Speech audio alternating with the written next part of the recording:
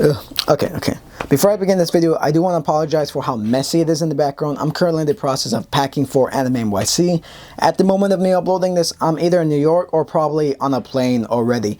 But I do want to talk to you guys about Akito the Exiled. This is part 2 of my Geass series. If you want to watch part 1, it's linked down in the description below, or you can check out the title card right here. But in today's title, we're going to be talking about Akito the Exiled and how similar it is to 86, because while watching this series, I noticed like there's a lot of similarities to like 86, and I don't know if, like, to my knowledge, people compare 86 and Geass. They're both great series, but I have seen some people compare Geass and 86, how similar they are. To me, that's not really a fair portrayal, because Geass is more like supernatural, delves into like more world building, while 86 is more grounded, more centered around these characters, more around like personal drama and like aesthetics type of stuff. To me, Akito the Exiled is more akin to 86 because they have like super similar tones, super similar aesthetics, super similar characterization. Think about it like this: Akito the Exiled is 86, but centered in that universe because it takes place in its own hemisphere. It doesn't like explore other areas of the world. It just takes place in a certain area and explores upon those characters and like things that are happening during that conflict, which honestly is what like piqued my interest into watching Akito the Exiled, because after finishing the first OVA, I really noticed there was a lot of similarities to like 86 and that series, and the more and more I kept watching, I'm like, this is really similar. There's super similar characteristics. While like being somewhat similar, there is a lot of differences that set them apart, which they are both fantastic series, if I'm gonna be honest. But should you watch Akito the Exiled is the main question. Yeah, honestly, should you? No. But would I recommend watching Akito? Yeah. If you do like Geass, if you like that world building, if you want to see other parts of the world explored, I highly recommend Akito the Exiled. It's its own more or less self-centered, self-contained story, which doesn't really have too much of an effect on the main series, because this OVA was made like after, like years after the original series aired. But it's really interesting premise, the way like it handles itself, the way it handles the characters, how it features small cameos and Easter eggs from like the main series to this series. It's pretty good. It doesn't really force like Suzaku, it doesn't really force Lelouch, Nonoli, Japan, whatever onto the story. It just kind of references them in a way that feels really smooth and like natural. But 86, like I mentioned earlier, that's a series that's more like centered, that's more like kind of grounded, realistic. It focuses more on like character, like progression, and like character and perspectives, how war and like how PTSD, how like that affects like children, and how that's affecting people around them, how people view them as like less than human. Akito the Exile deals with similar premises, which you have like their main commander, Layla. Basically, she's the daughter of like a former head of air in like the French nation, and like she now commands forces in the European Confederacy. Like she leads forces, she tells them what to do, and then you have like her subservient commander or captain. I'm not too sure what he is. I think he's Captain Akito.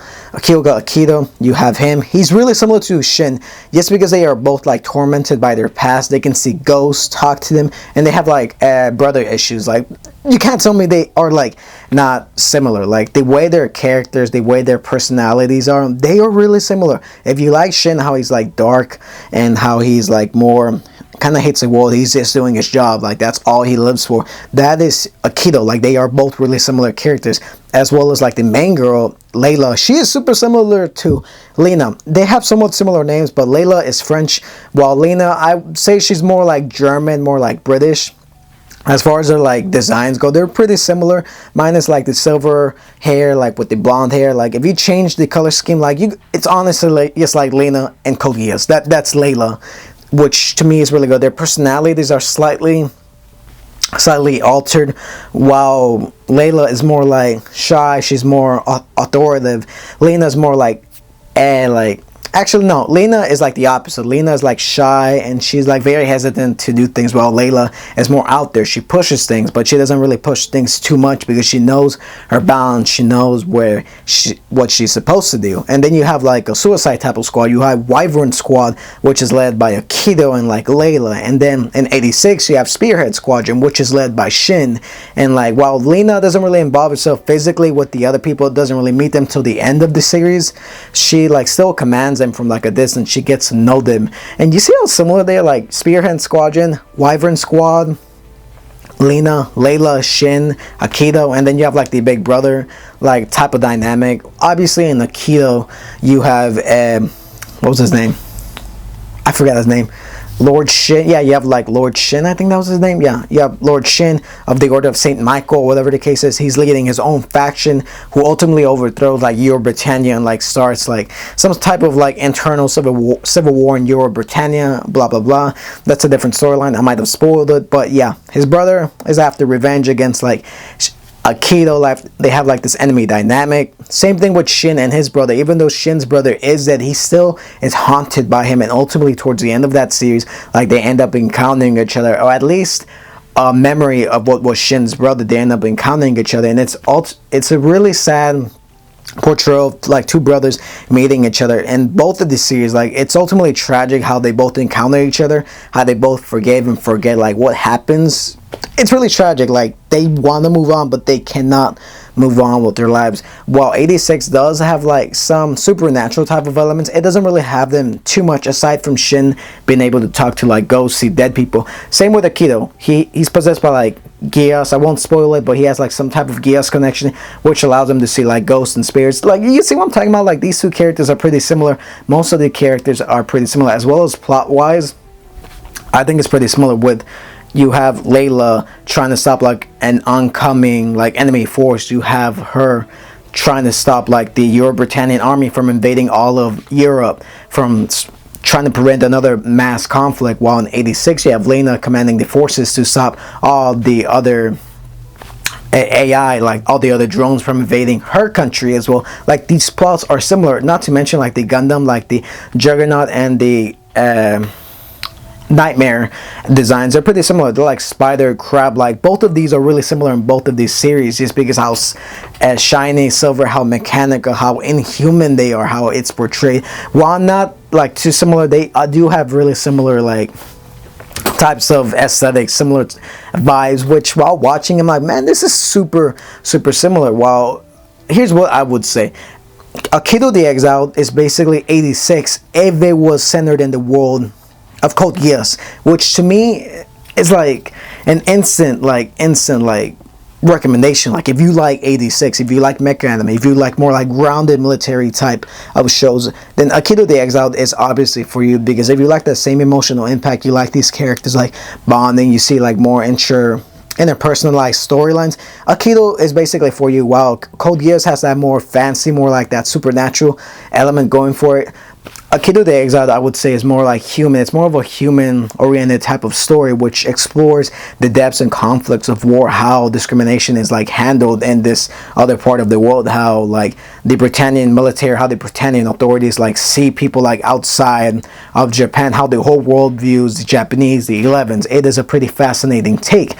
While Code Geass is like more out there, it's more crazy. You see more things being done. Like the main thing about Akito the Exile that I do like, going off topic from the 86 similarities, is the fact that like it doesn't really shoehorn in like Suzaku, Nanoli, Lelouch, or any of those other main characters from the main series. It just makes references and nods to them. It includes them, but it doesn't really like show them like do too many crazy antics. It doesn't really involve them, because at the end of the day, Akito the Exiled is more of a story centered on like those protagonists, on those characters. Similar to how 86, it doesn't dwell too much into like other countries, what they're doing, what Lena's doing, like when she disappears and does her own thing. It like really centers around that group.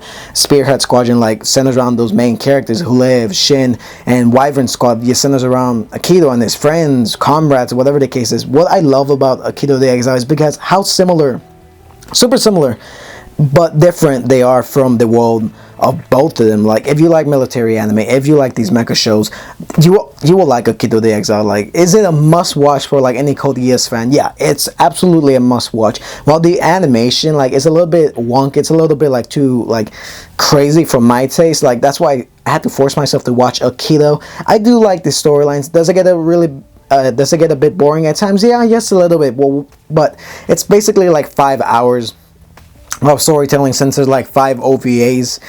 It's pretty much worth it. Like the conclusion to Akito is pretty satisfying the way it ends. I personally enjoy it, but That's just me. And with that being said, that's just basically the similarities, like 86 and Akito the Exiled. Like, if you like 86, go watch Akito the Exiled. Like, you don't really have to watch the main series of Code Geass to understand Akito. Like I said, 86, yes, put that in the world of Code Geass, and boom, you have Akito the Exiled. Like, you definitely should watch it, but it's not recommended. But I highly suggest you do so. Anyways, that is part 2 of my series of Code Geass. Be sure to stay tuned for part 3, because I will be diving deep into the movies, because that changes a lot of things. I haven't watched the movies yet, but yeah, this is my first time watching the movies, so yeah, be on the lookout for that. But anyways, I'll catch you guys on my next one. Like I said, if you see me at Anime NYC, say hi to me. But yeah, I'll see ya.